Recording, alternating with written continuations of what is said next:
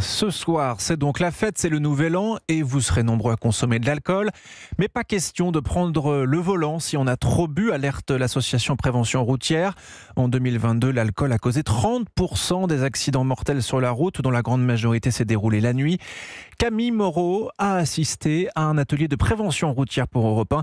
Le moins qu'on puisse dire, c'est que l'alcool au volant fait des dégâts. Bon là vous êtes hors piste. Je vois en double, je sais pas si je vais pouvoir vous le faire parce que je ne vois rien. Karine titube, elle peine à mettre un pied devant l'autre. Sur son nez, des lunettes spéciales troublent sa vue. C'est comme si elle avait bu 6 verres de vin. C'est terrible. Je sais pas si c'est tout le monde comme ça, mais enfin là c'était non, je n'aurais même pas tenu debout, je veux dire. Alors tenir le volant encore moins. Et pourtant, d'après le dernier baromètre de l'association Prévention Routière, près d'un tiers des Français prévoient de rentrer en voiture après la soirée du Nouvel An, souvent très arrosée. Problème, les fêtards estiment mal leur consommation d'alcool.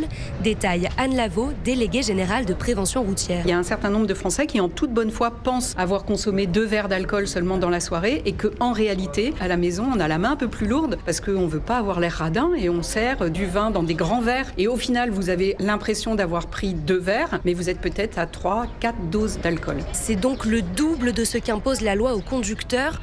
Anne Lavaux le martèle, si vous avez bu, dormez sur place, faites-vous raccompagner ou désignez un capitaine de soirée. Camille Moreau pour Europe